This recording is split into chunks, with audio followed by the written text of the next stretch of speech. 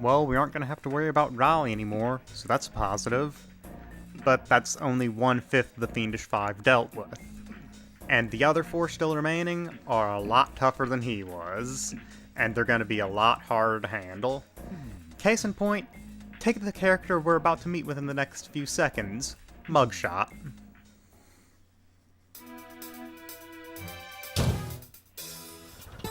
It had been a while since I'd been back in the US.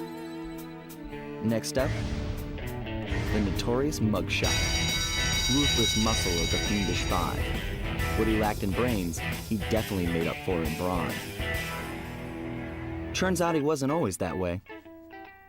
He grew up as the run of the litter, a neighborhood weakling. The only friends he could turn to were usually found on the big screen. It was there that he spotted his first gangster, and he knew instantly that that's what he wanted to be. He spent the rest of his youth working real hard to get there, fueled on his dreams of great power and respect. With enough perspiration, he realized that dream. Yikes. He'd become a hard-boiled, street-brawling, tough-as-nails gangster, ensuring that he'd never be picked on or pushed around again.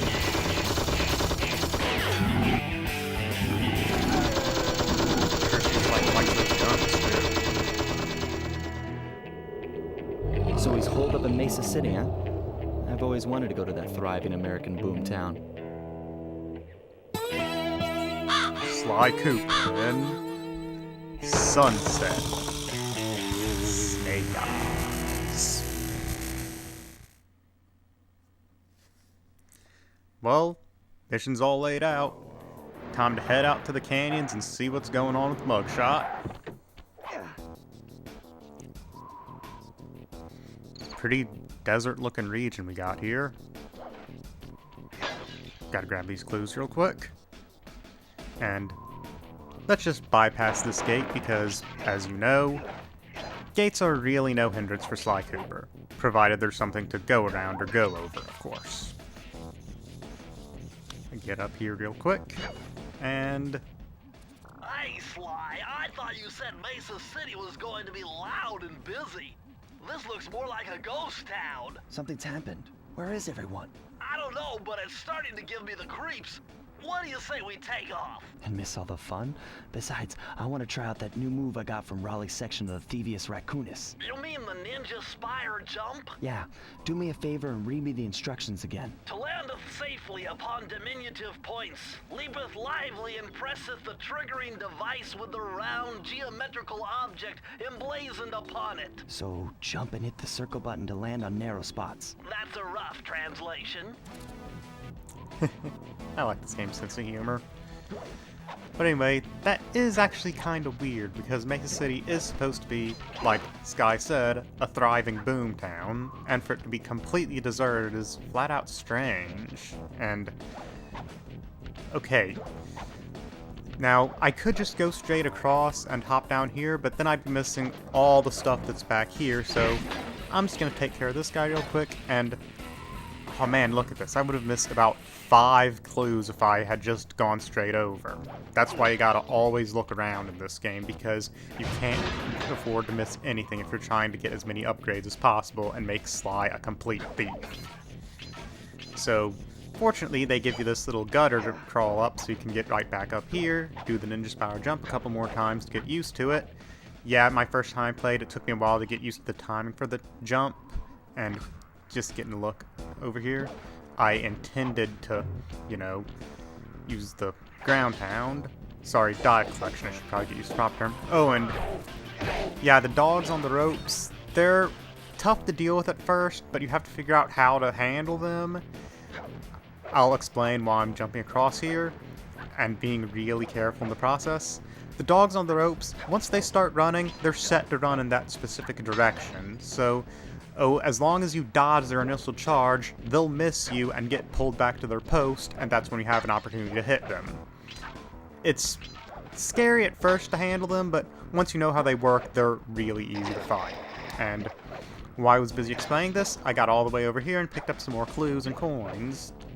So, time to... whoa. forgot about the seesaw thing right there. But yeah, nothing to it. Right back to where we were. Jump on the bouncy mattress, crawl up this little pipe right here, and... oh, gotta make sure I know my surroundings. And swing on the tire over here. Here's another one of those rope dogs. And as you can see, just dodge the attack and then smack them. Super easy.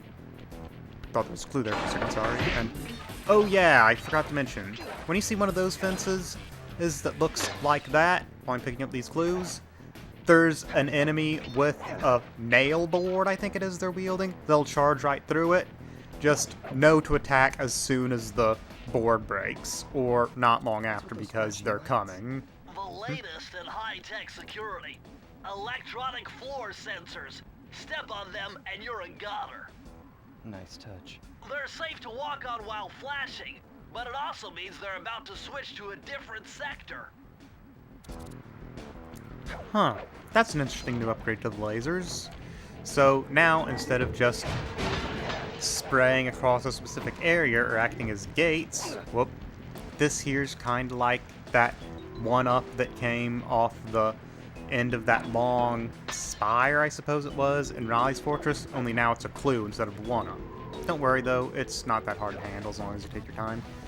But yeah, this is sort of a new security system where instead of being lasers or spotlights, now it's floor sensors. Oh, and the ball and chain guys are really easy because they always swing twice and then they throw.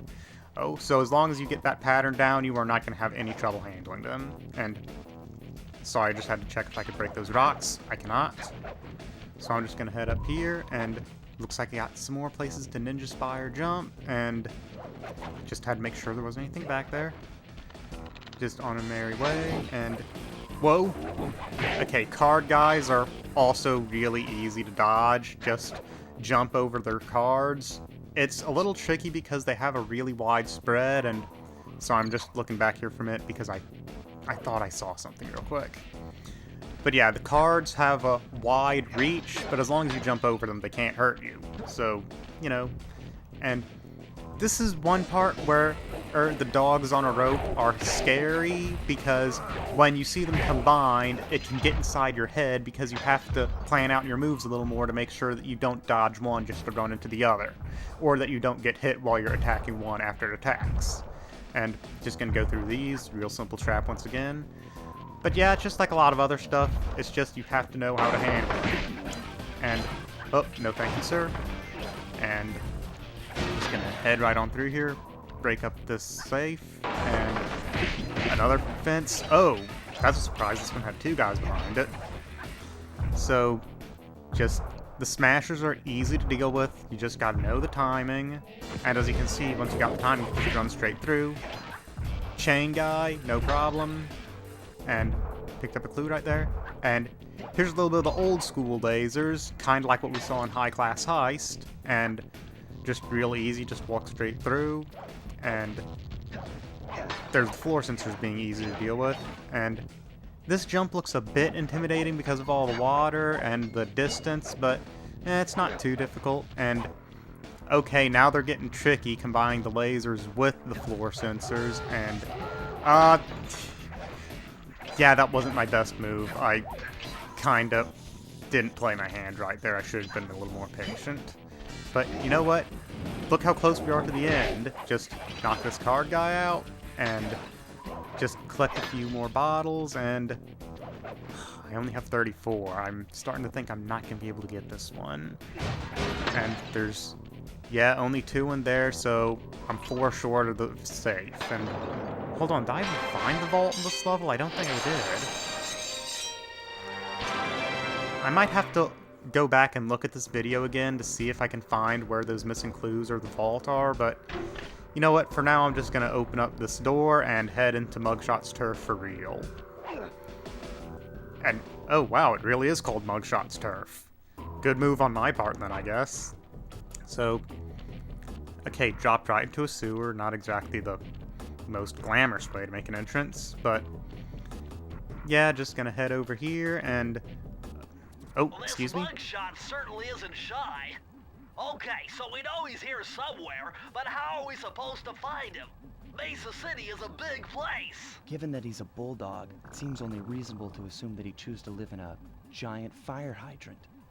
That's some sound logic, Sly. Now you just need to find a way to break into the building's base. Oh, I'm sure I'll think of something. Oh, we're gonna think of something indeed.